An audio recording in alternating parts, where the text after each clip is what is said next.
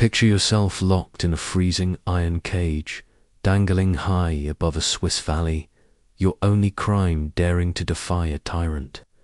In 1307, this was William Tell's fate, punishment meant to break his spirit. Step into the rugged mountains of 14th century Switzerland, where a single man's defiance sparked a legend that still echoes today. William Tell, a skilled crossbowman with a heart full of courage, stood up to a ruthless overlord and paid a brutal price: imprisonment in a cage suspended over a treacherous gorge. This is the story of his ordeal, a tale of rebellion, cruelty, and the unbreakable spirit of a man who became a symbol of freedom. Imagine a small alpine village nestled among snow-capped peaks, where the air is tense with fear of Habsburg rule.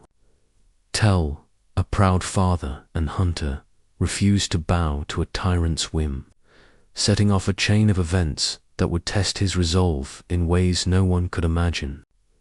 Let's dive into the world of 1307 Switzerland and uncover the spark that lit this legendary fire in the early 14th century. Switzerland wasn't the peaceful nation we know today. It was a collection of small, fiercely independent communities, chafing under the iron grip of the Habsburg Empire. The Habsburgs, led by figures like Albrecht Gessler, imposed harsh taxes and demanded absolute loyalty. Gessler, the local bailiff, was notorious for his cruelty, ruling the canton of Uri with an iron fist.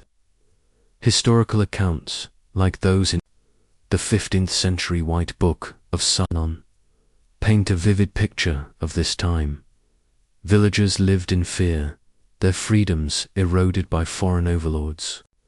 Into this world stepped William Tell, a man of the mountains, known for his steady hand with a crossbow and his quiet defiance. He wasn't a noble or a knight, just a villager who valued his family and his freedom above all else. The story begins in the village of Altdorf, where Gessler erected a pole topped with his hat, demanding that every passer-by bow to it as a sign of submission. For Tell, this was a step too far. According to legend, he walked past the hat without bowing, his head held high, a silent rebuke to Habsburg arrogance. This act of defiance wasn't just bold, it was dangerous. Gessler, enraged, arrested Tell and devised a cruel test. Tell had to shoot an apple off his son's head with his crossbow. The tale, recorded in later chronicles like Aegidius Tudes, says Tell succeeded, splitting the apple with a single bolt. But when Gessler learned Tell had readied a second arrow for him, the punishment was swift and merciless. Tell was sentenced to the cage, a torturous prison meant to crush his spirit. The cage was no ordinary punishment.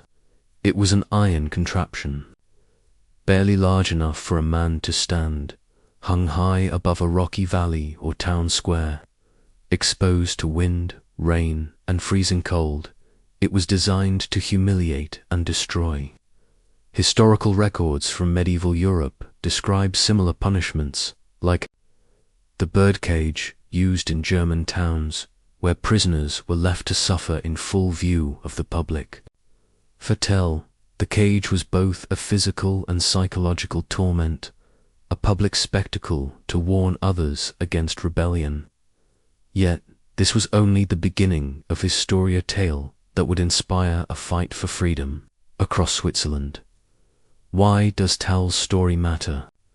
It's more than a legend. It's a window into a time when ordinary people dared to challenge overwhelming power. His defiance and the punishment that followed set the stage for a larger struggle, one that would shape a nation. As we move forward, we'll explore the harsh realities of Habsburg rule and the events that pushed Tell to his breaking point. What drove a man to risk everything for a single act of defiance? Stick with us to find out.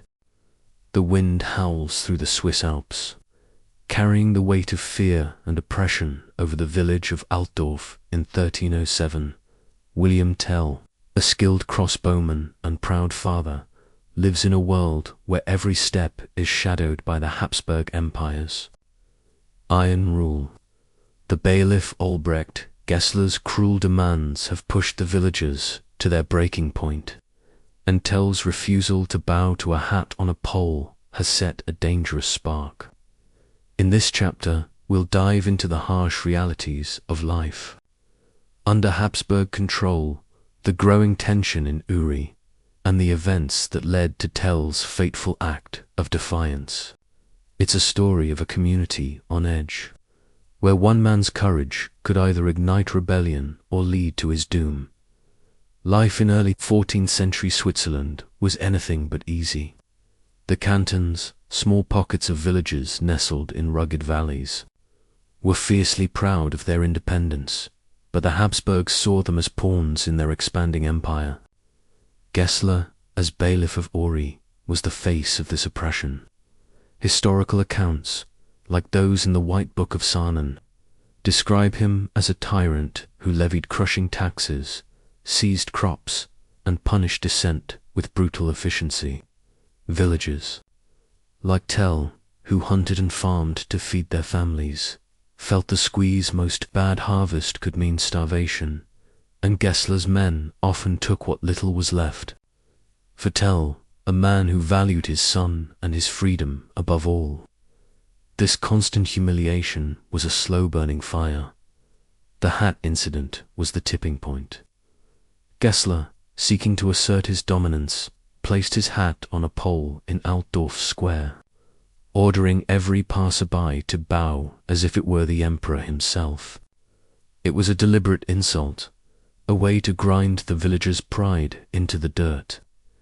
Tell, known for his steady hand and quiet strength, walked through the square with his son, his eyes fixed ahead. The Chronicon Helveticum later recounted how Tell's refusal wasn't loud or boastful, just a simple, stubborn act of dignity. He wouldn't bend to a tyrant's whim, not even for a hat. The villagers watching held their breath, knowing defiance came at a cost. Gessler's guards seized Tell on the spot, dragging him before the bailiff, who saw an opportunity to make an example of him. Gessler's response was as cruel as it was theatrical. He didn't just want to punish Tell, he wanted to break him. The apple shooting ordeal was born from this malice. Tell was ordered to shoot an apple off his son's head with his crossbow, a test of skill and nerve that put both father and child at risk. According to legend, Tell's arrow flew true, splitting the apple without harming his son. The crowd cheered, but Gessler, suspicious, noticed a second arrow tucked in Tell's belt. When pressed, Tell admitted it was meant for Gessler if his son had been hurt. Enraged, Gessler sentenced Tell to the Kaja swinging iron prison high above a gorge, where cold, hunger, and shame would do what the crossbow couldn't. Similar punishments, noted in medieval records like those from 13th century Botzel, were designed to crush both body and spirit, turning rebels into warnings. This moment wasn't just about Tell, it was a flashpoint for Uri, the villagers, already resentful of Habsburg overreach, whispered of Tell's courage, but also feared the consequences. Gessler's cruelty wasn't random, it was a calculated move to stamp out resistance. Yet Tell's defiance planted a seed, one that would grow into something far larger. For now, though, he faced the cage, a man alone against a tyrant's wrath. What was it like to endure such a punishment, and how did Tell survive it?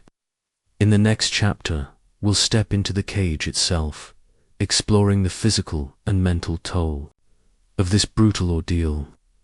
Let's see what awaits him in the iron prison. The jagged peaks of the Swiss Alps loom over Altdorf, their shadows falling on a lone iron cage swaying in the wind.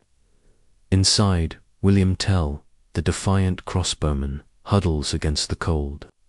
his body cramped in a prison barely wide enough to stand. His refusal to bow to Albrecht Gessler's hat and his bold admission of a second arrow meant for the bailiff have led him here, to a punishment designed to break both body and spirit. In this chapter, we'll step into the cage with Tell, exploring the brutal reality of this medieval torture, the physical and mental toll it exacted, and the whispers of rebellion it sparked among the villagers below.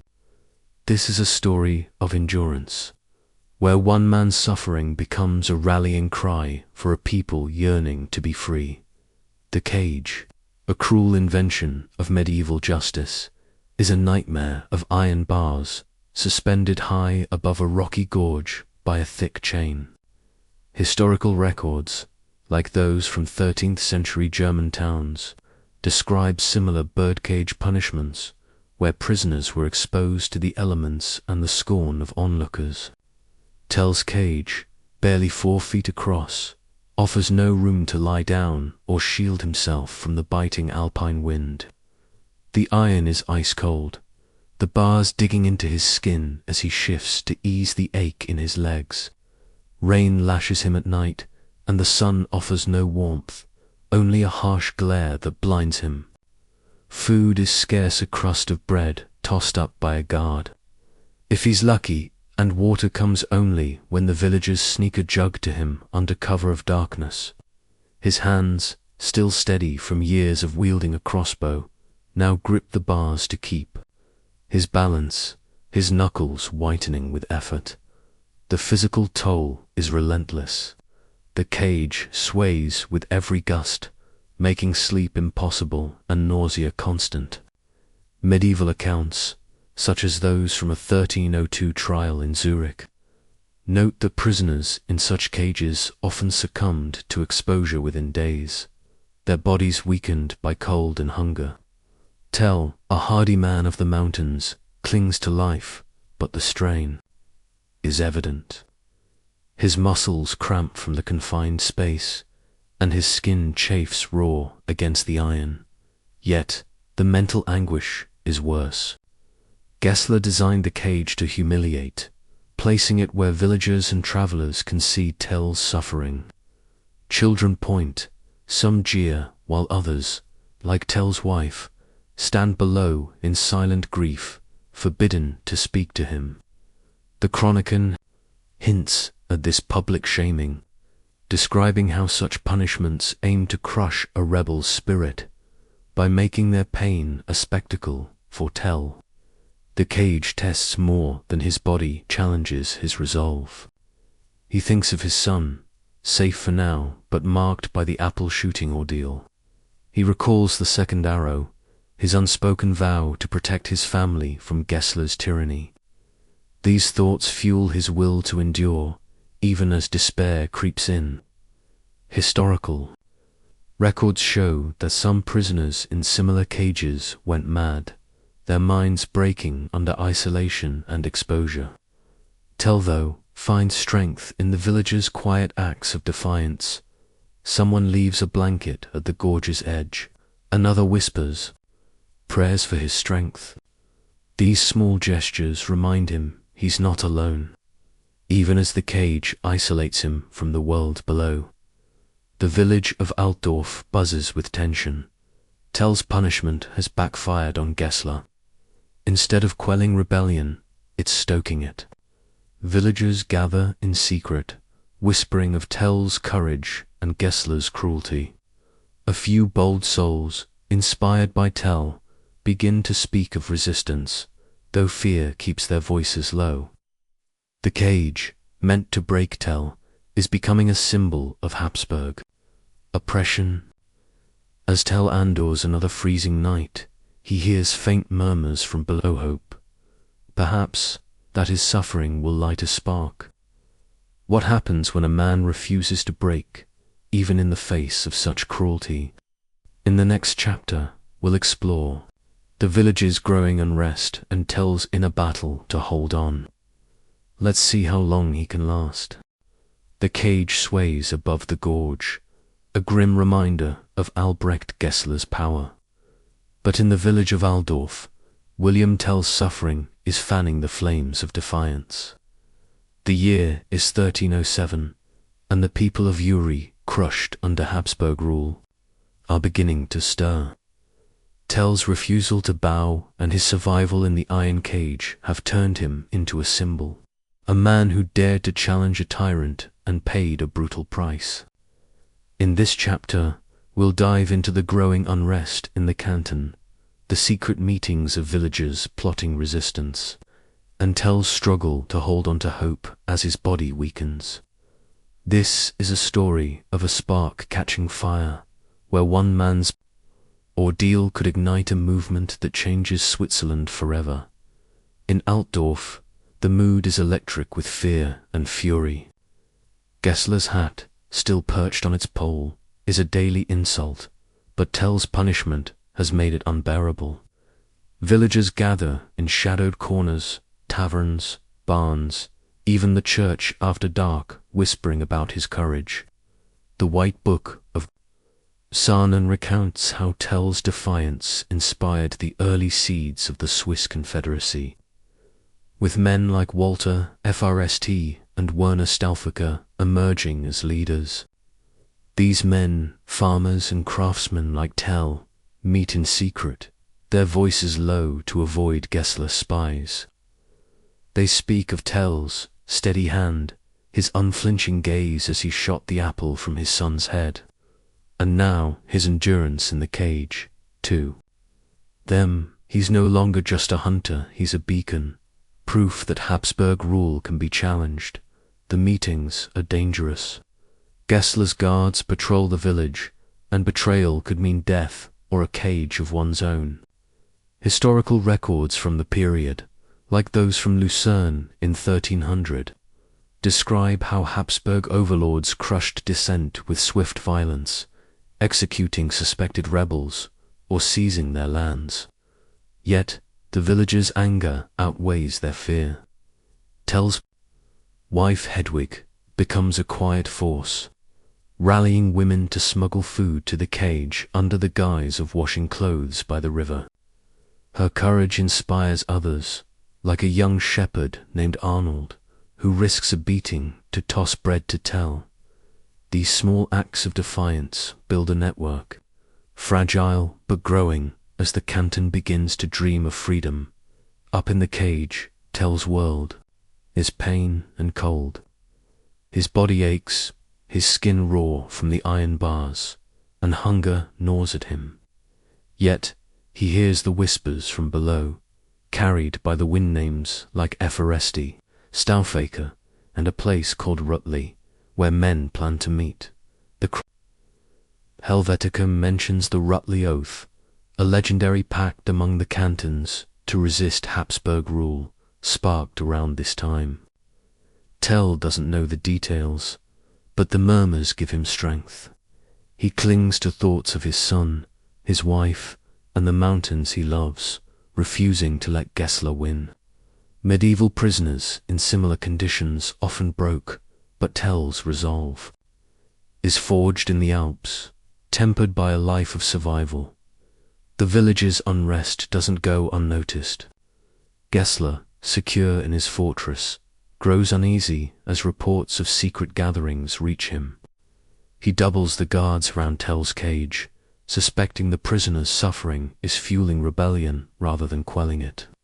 A 1305 account from a nearby canton describes a bailiff burning a village to punish defiance, and Gessler considers similar measures.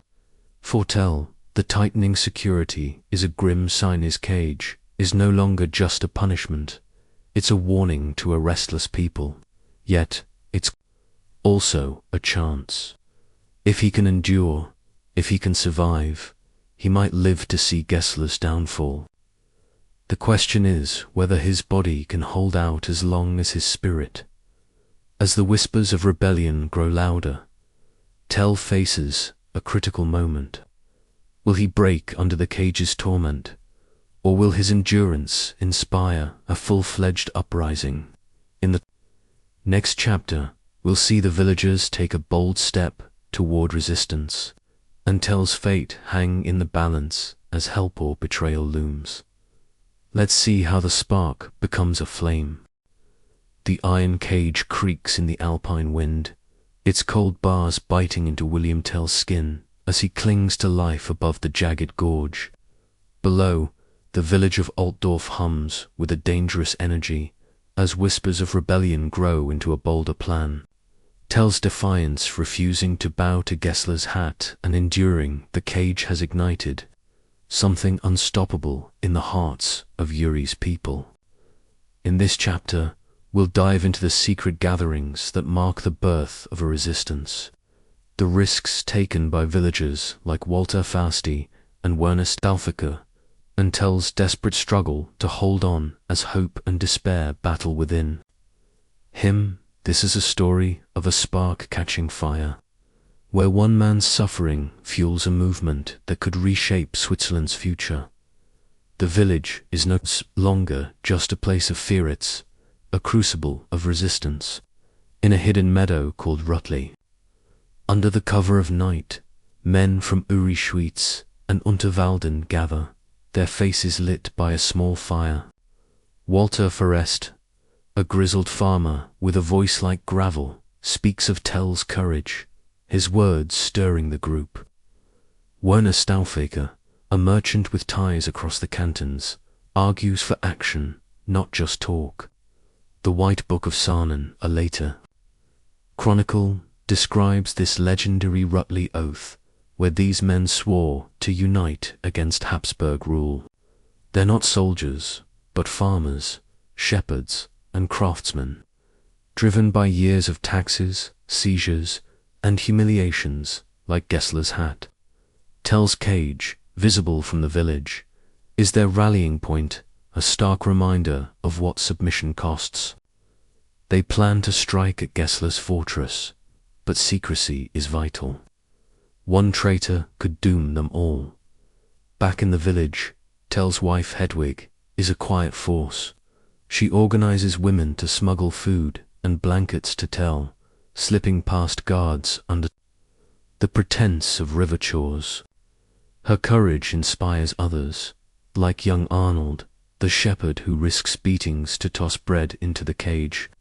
These acts, small but defiant, weave a network of support. Historical records, like those from 14th century Lucerne, show how communities rallied around symbols of resistance, often at great risk. Hedwig hears of the Rutli meeting through whispered rumors and prays it will lead to Tell's freedom.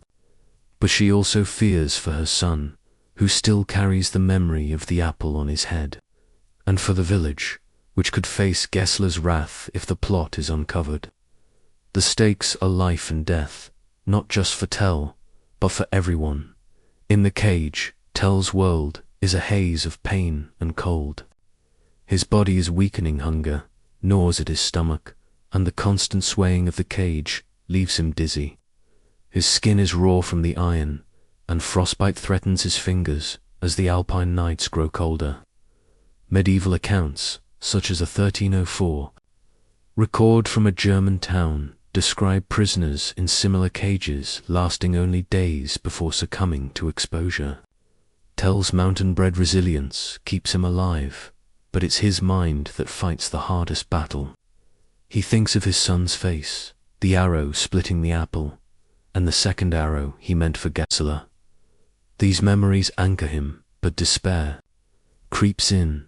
He hears faint voices below villagers chanting his name in secret, but wonders if he'll live to see their plans. The Chroniken Helveticum hints at Tell's endurance as a turning point, a symbol that kept the rebellion alive. Meanwhile, senses the shift. His spies report unrest, and the guards around Tell's cage are doubled, their torches casting eerie shadows at night. Gessler's cruelty, meant to crush defiance, is backfiring. A 1306 chronicle from a nearby canton describes a bailiff who underestimated local anger, only to face an uprising that cost him his life. Gessler, arrogant but not blind, tightens his grip. ordering searches of homes and threatening executions for any hint of rebellion. The villagers grow cautious, but the Rutley leaders press on, planning to free Tell as a signal to the cantons. They know his survival is key, not just as a man, but as a symbol of what they're fighting for. Tell, unaware of the full plan, clings to fragments of hope. A villager's whispered prayer, a scrap of food, a distant chant, these keep him going. His body is frail, but his spirit burns with the same fire that led him to defy Gessler's hat. The rebellion is no longer just a whisper, it's a flame, and Tell's cage is its heart. Will the villagers' plan succeed, or will Gessler's spies snuff it out? In the next chapter, we'll follow the daring attempt to free Tell as the Rutley conspirators take their first bold steps and Tell faces a critical moment of survival. Let's see if the flame will burn bright or be extinguished. The iron cage sways precariously above the gorge, its cold bars a cruel prison for William Tell, whose defiance of Albrecht, Gessler has made him both a prisoner and a symbol of resistance in 1307 Switzerland. Below, the village of Altdorf pulses with quiet rebellion as the Rutley conspirators, led by Walter Frst and Werner Stauffer, plot a desperate mission to free Tell before his body gives out.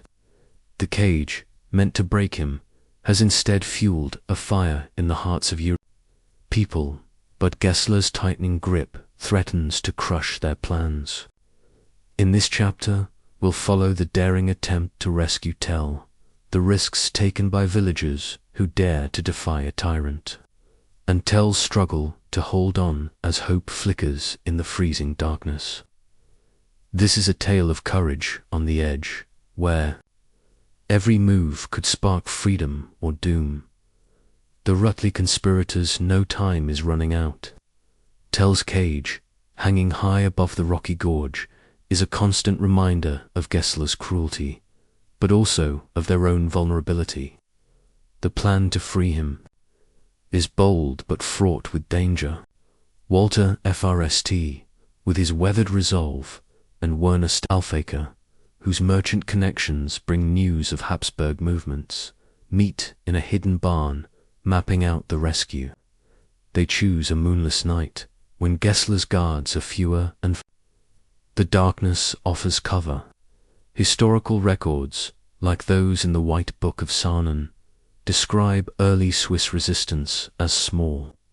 Secretive acts sabotaged carts, stolen weapons before larger uprisings. The conspirators recruit a handful of trusted villagers, Arnold, the young shepherd who smuggled food to Tell, and Hedwig, Tell's wife, whose quiet strength steadies them all. Their plan is simple but perilous. Scale the gorge, cut the cage's chain, and spirit Tell away before dawn. In the village, tension is palpable. Gessler's spies are everywhere, and his guards patrol the gorge, their torches flickering like predators' eyes. The Chronicon Helveticum hints at the fear that gripped such communities, where betrayal could mean death for entire families. Hedwig, risking everything, organizes a staged argument in the village square to draw the guards' attention. She and a few women shout about stolen livestock, their voices carrying through the night. Meanwhile, first Stauffer and Arnold creep toward the gorge, armed with ropes and a small axe. The climb is treacherous, the rocks slick with frost, and one misstep could send them plummeting. Historical accounts from 14th century rebellions, like a 1303 uprising in Schwyz, describe similar nighttime raids, where stealth was the only defense. Against overwhelming odds, up in the cage, Tell is a shadow of himself. His body is weak from hunger, his skin blistered from cold and iron. The constant swaying has left him dizzy, and his hands, once steady with a crossbow, tremble as he grips the bars. Medieval records, such as those from a 1306 trial in Note that cage prisoners often lost hope, their minds fraying under isolation. But Tell clings to fragments of sound Hedwig's voice in the distance, the faint rustle of movement below. He doesn't know the plan, but he senses something is coming. His thoughts drift to his son, to the apple he shot, to the second arrow meant for Gessler. That defiance keeps him alive, even as his strength fades. He whispers a prayer, not for himself, but for his family and the village that still believes in him. The rescue unfolds in heart-pounding moments.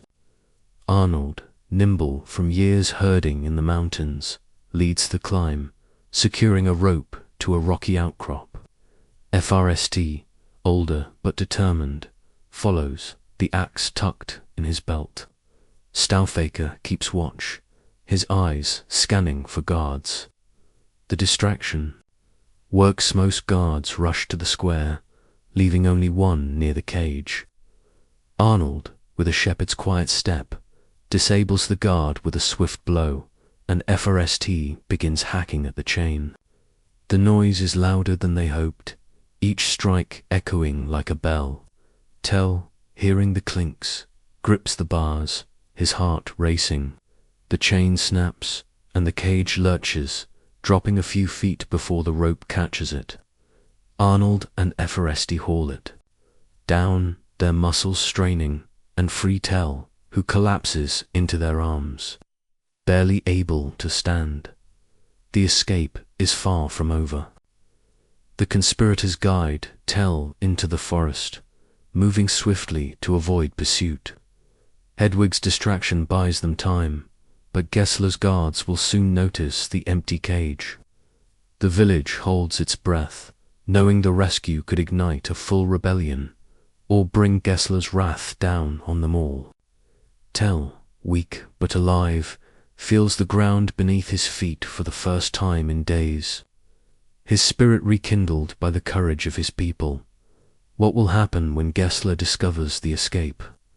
Will the rebellion grow, or will it be crushed? In the next chapter, we'll follow Tell's recovery and the conspirators' next move as they prepare to face Gessler's fury. Let's see how the battle for freedom unfolds. The forest cloaks William Tell and his rescuers in darkness as they flee from Altdorf, the empty iron cage swaying above the gorge like a silent warning. Freed by the daring efforts of Walter Fürst, Werner, Stauffacher, and young Arnold, Tell is alive but frail, his body battered by days of cold, hunger, and confinement. The year is 1307, and the village of Uri-Tieters on the brink of rebellion, with Albrecht Gessler's wrath sure to follow the discovery of Tell's escape. In this chapter, we'll follow Tell's desperate flight through the Alps, the conspirators' efforts to protect him, and the growing resolve of a people ready to fight for freedom. This is a story of survival against the odds, where every step could lead to salvation or capture. Tell stumbles through the dense forest, his legs weak from the cage's torment, his scarred hands gripping fairest arm for support. The air is sharp with pine and frost, and the distant howl of wolves mingles with the fear of pursuit. His rescuers move swiftly, guided by Arnold's knowledge of the mountain paths. Historical records, like those in the White Book of Saanen, describe how early Swiss rebels used the Alps' rugged terrain to evade Habsburg forces, hiding in caves and valleys. Tell's group heads for a remote shepherd's hut, a safe haven, known to the Rutley conspirators. Every rustle in the trees makes them pause, expecting Gessler's guards. Tell, though weakened, feels a spark of hope. His people risked everything to save him, and their courage fuels his own. In Altdorf, dawn breaks to chaos. The empty cage is discovered, and Gessler's rage shakes the village. Guards storm homes, demanding answers, while villagers feign ignorance. Hedwig, Tell's wife, faces questioning but stands firm, her defiance masking her fear for her husband and son. The Chronicon Helveticum hints at the panic that gripped bailiffs when rebels escaped, knowing each loss weakened their control. Gessler, humiliated by Tell's rescue, orders a manhunt, offering rewards for his capture and threatening to burn villages if he's not found. His spies scour the countryside, and the conspirators know they have little time. The hut, hidden in a narrow valley, offers temporary safety, but Tell's condition feverish and malnourished makes their next move critical. Inside the hut, Tell rests on a bed of straw, his body aching but his mind racing. Arnold tends to him, boiling herbs for a makeshift broth, while FRST and Stauffacher plan their strategy. They know Tell's escape has changed everything. The village is no longer just whispering of rebellion. It's on the verge of action. Historical accounts, like those from a 1304 uprising in Schwyz, show how a single act of defiance could galvanize a community, turning farmers into fighters. The conspirators debate, should Tell hide until he recovers, or should he become a visible symbol to rally the cantons? Tell, overhearing, insists on fighting, his voice hoarse but firm. He speaks of his son, the apple the second arrow meant. For Gessler a vow he still intends to keep. The manhunt closes in. A patrol comes dangerously close to the hut, their torches visible through the trees. Arnold, ever nimble, scouts the area, reporting back that Gessler's men are searching every valley. The conspirators decide to move Tell deeper into the mountains, to a cave known only to a few shepherds. The journey is grueling, with Tell leaning on Stauffacher as they navigate icy paths. Medieval fugitives often relied on such natural hideouts, as noted in a 1306 chronicle from Unterwalden, where rebels evaded capture for weeks. For Tell, each step is a battle against his body's limits, but the thought of his family and the growing rebellion keeps him moving. The conspirators, too, feel the weight saving Tell was a victory, but losing him now would crush their cause. As they reach the cave, Tell's fever worsens, and the group faces a new challenge, keeping him alive long enough to fight. The rebellion is no longer a dream, it's a necessity, with Gessler's retaliation looming. The cantons are stirring, and Tell's escape has lit a fuse. Will he recover to lead, or will Gessler's forces snuff out the spark? In the next chapter, we'll see Tell confront his physical and emotional scars as the conspirators prepare for a bold strike against Gessler. Let's see if he can rise from fugitive to hero. Deep in a hidden cave in the Swiss Alps, William Tell lies on a bed of pine boughs, his body racked by fever and the scars of the iron cage. The year is 1307, and his daring rescue by the Rutley conspirators, Walter Efferesti, Wernest, and young Arnold has set the canton of Uri ablaze with whispers of rebellion. Albrecht Gessler's manhunt grows fiercer, his guards scouring the mountains for the fugitive who defied him. Yet, within Tell, a fire burns brighter than his pain. Vow to protect his family and free his people. In this chapter, we'll explore Tell's recovery, the conspirators' bold plans to strike at Gessler, and the growing momentum of a rebellion that could shake the Habsburg grip. This is a story of a man rising from the brink, ready to turn his suffering into a fight for freedom.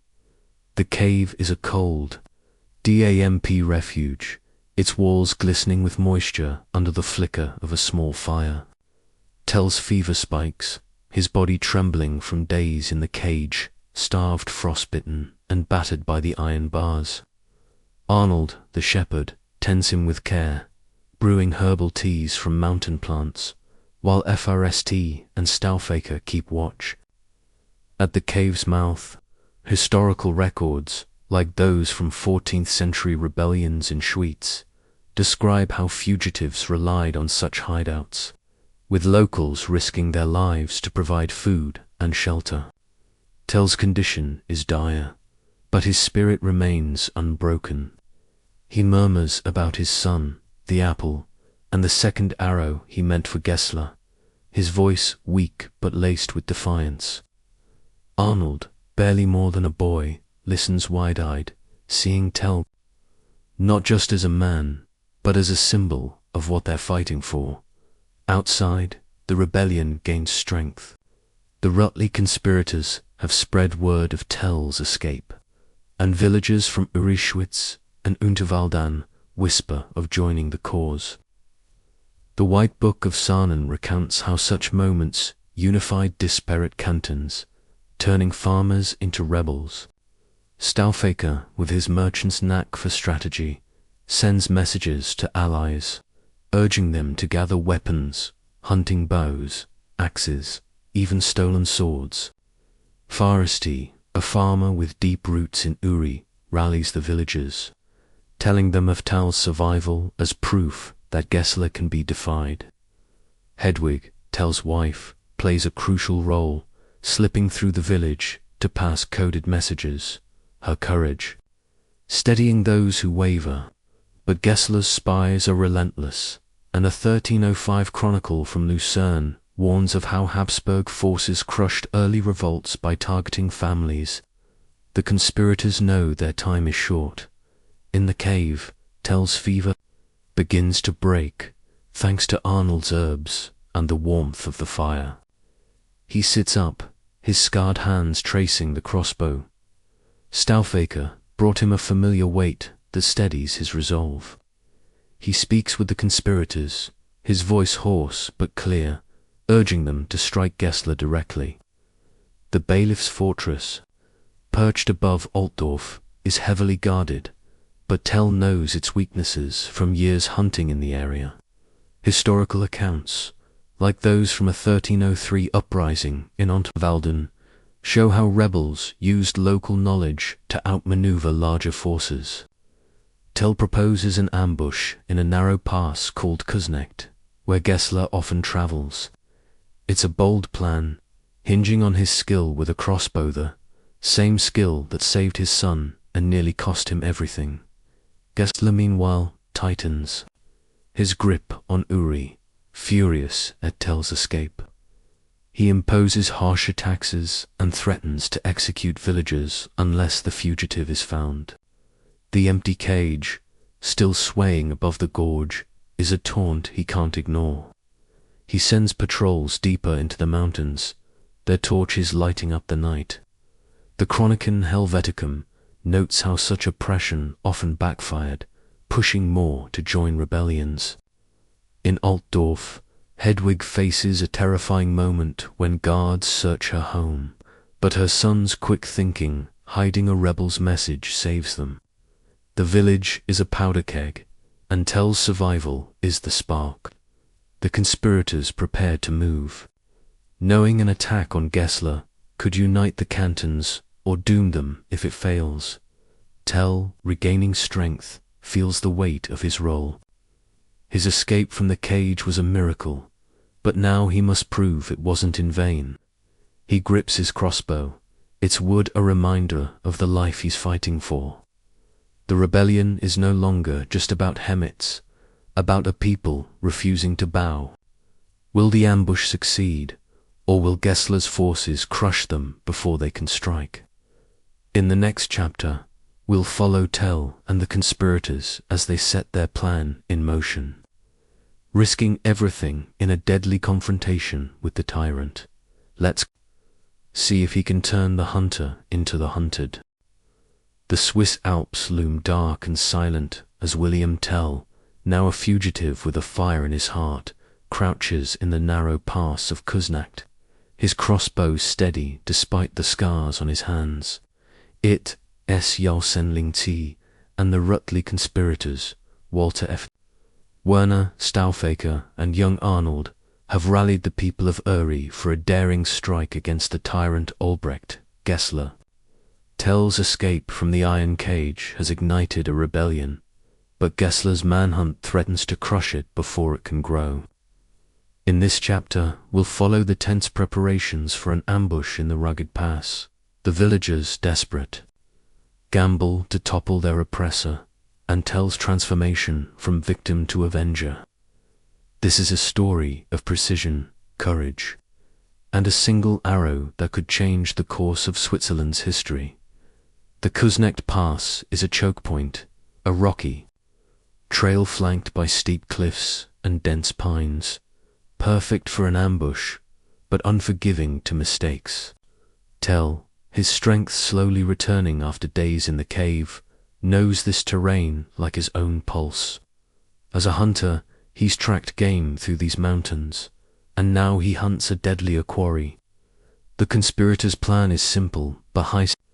Gessler, who often rides through Kuznacht to inspect his lands, will be vulnerable here, his guards spread thin. Historical records, like those in the White Book of Sarnen, describe how early Swiss rebels used such terrain to outwit larger forces, striking swiftly and vanishing into the Alps. Tell, FRST, and Stauffacher scout the pass at dawn, marking a spot where Tell can hide above the trail, his crossbow trained on the path below. Arnold, nimble and fearless, will signal Gessler's approach, while others prepare to block the pass if needed. In Altdorf, the village holds its breath. Hedwig, Tell's wife, keeps up the facade of normalcy, tending her son and whispering encouragement. To the women who smuggle supplies to the rebels, Gessler's patrols have grown relentless, searching homes and threatening executions. A 1306 chronicle from Schwyz recounts how Habsburg bailiffs used terror to quell dissent, but it often fueled resistance instead. The villagers, inspired by Tell's survival, hide weapons, pitchforks, hunting knives, stolen spears in barns and cellars. Stauffacher's merchant contacts bring word that Gessler plans to ride through Kuznacht soon, arrogant in his belief that Tell is too weak to fight. The conspirators know this is their chance, but failure could mean annihilation. If Tell misses his shot, or if Gessler's guards overpower them, the rebellion could die before it truly begins. Tell prepares with a hunter's focus. In the cave, he tests his crossbow, his scarred hands aching but steady. The second arrow, the one he meant for Gessler during the apple ordeal, sits in his quiver, a silent promise. Medieval crossbows, as noted in 14th century military records, were deadly but slow to load, giving Tell only one clean shot. He carves a notch in the arrow, whispering a prayer for his son and wife. Fürst and Stauffacher, hardened by years of oppression, remind him of the stakes. Gessler's death could rally the cantons, but his survival would bring fire and blood. To Uri Arnold, stationed at the pass's edge, watches for Gessler's retinue, his heart pounding. The Chroniken Helveticum hints at the tension of such moments, where rebels balanced hope against the fear of betrayal. As dusk falls, hoofbeats echo in the pass. Arnold Signetzer, low whistlen, Tell steadies his crossbow, hidden behind a boulder. Gessler rides into view, his armor glinting, flanked by only a few guards. Tell's breath slows, his world narrowing to the bailiff's chest. The arrow flies, swift and silent, striking Gessler through the heart. He falls, his guards shouting in panic as the conspirators block the pass, scattering the retinue. Historical accounts of similar ambushes, like a 1304 raid in On, describe the chaos of such strikes, where speed was everything. Tell vanishes into the pines, his heart racing but his mission complete. The pass is quiet again, but the rebellion has begun in earnest. The news of Gessler's death spreads like wildfire, reaching Altdorf by morning. The villagers, stunned but emboldened, prepare for what comes next. Tell, now a hunted man with a price on his head, knows his fight is far from over. What will the Habsburgs do when they learn of their bailiff's fate? In the final chapter, we'll see the aftermath of the ambush and Tell's legacy as Switzerland's rebellion takes root. Let's see how his arrow shapes a nation. The echo of William Tell's arrow still lingers in the Kussnacht Pass, where Albrecht Gessler lies dead, struck down by the crossbowman who defied a tyrant. It's 1307, and the canton of Uri stands at a turning point, the spark of rebellion. Now a blazing fire. Tell, once a prisoner in an iron cage, has become a legend, his name whispered in awe and fear across the Alps. But the Habsburg Empire will not let Gessler's death go unanswered. And Tell, now a fugitive with a price on his head, must navigate a world forever changed by his actions. In this final chapter, we'll explore the aftermath of the ambush, the birth of the Swiss Confederacy, and the enduring legacy of a man who turned suffering into a fight for freedom. This is a story of a nation rising from one man's courage, where a single act reshapes history. In Altdorf, the news of Gessler's death sends shockwaves. Villagers gather in the square, some cheering, others trembling at the thought of Habsburg retaliation.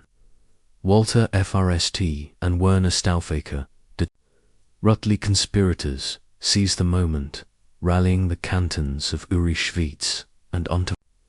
The White Book of Saanen records this as the birth of the Swiss Confederacy, cemented by the Rutli Oath, pact to stand together against oppression.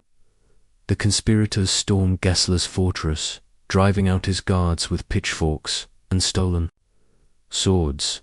Hedwig, Tell's wife, stands among them, her son at her side, their faces lit with pride and fear. Historical accounts, like those from a 1308 uprising in Lucerne, show how such victories galvanized communities, turning scattered rebels into a united force. Tell, hiding in the mountains, knows his role as a symbol outweighs his life as a man. His body still bears the cage's scars, frost-bitten fingers, raw skin, a limp from cramped muscles, but his spirit is unbroken. He reunites with his family in a hidden valley, embracing his son with tears in his eyes. The Chronicon Helveticum portrays Tell as a reluctant hero, a hunter who wanted only to protect his own, but became a beacon for a nation. He meets with Frst and Stauffacher, urging them to fortify the cantons against Habsburg reprisal. The rebels build barricades and train villagers, knowing the empire will send troops. A 1307 record from a nearby canton describes how Habsburg forces crushed a revolt with overwhelming numbers, a warning of what's to come. The Habsburg response is swift. A new bailiff, backed by soldiers, arrives in Uri, but the cantons are ready. The Confederacy's early battles, as noted in later chronicles, rely on guerrilla tactics and bushes in passes. Rock slides on troops learned from men like Tell. He takes no formal role, his crossbow more useful than titles, but his name inspires every fighter. Villagers across Switzerland whisper his story, the apple, the cage, the arrow. Some call him a saint, others an outlaw, but all see him as proof that tyrants can fall. Medieval legends often grew from such figures, as seen in a 1310 tale of a German rebel who sparked a regional uprising. Tell's legacy is cemented not in power, but in the courage he inspires. Years later, Tell fades into the mountains, his fate uncertain. Some say he died fighting, others claim he lived quietly, hunting in the Alps. The Chronicon Helveticum leaves his end ambiguous, letting his legend grow. The Swiss Confederacy rises, its cantons forging a nation that defies empires. Tell's story, whether fully true or woven with myth, becomes a cornerstone, taught to children as a lesson in standing tall. The cage, the apple, the arrow, they're symbols of a people who refuse to bow. Today, Tell's statue stands in Altdorf, his crossbow raised, a reminder that one man's defiance can echo through centuries. That's the end of our tale. But William Tell's legacy lives on in Switzerland's spirit of freedom. If his journey from cage to hero has moved you, hit that like button, subscribe, and comment below. What would you have done in Tell's place? Join us for more stories of courage and rebellion from history's shadows. Until next time, keep aiming true.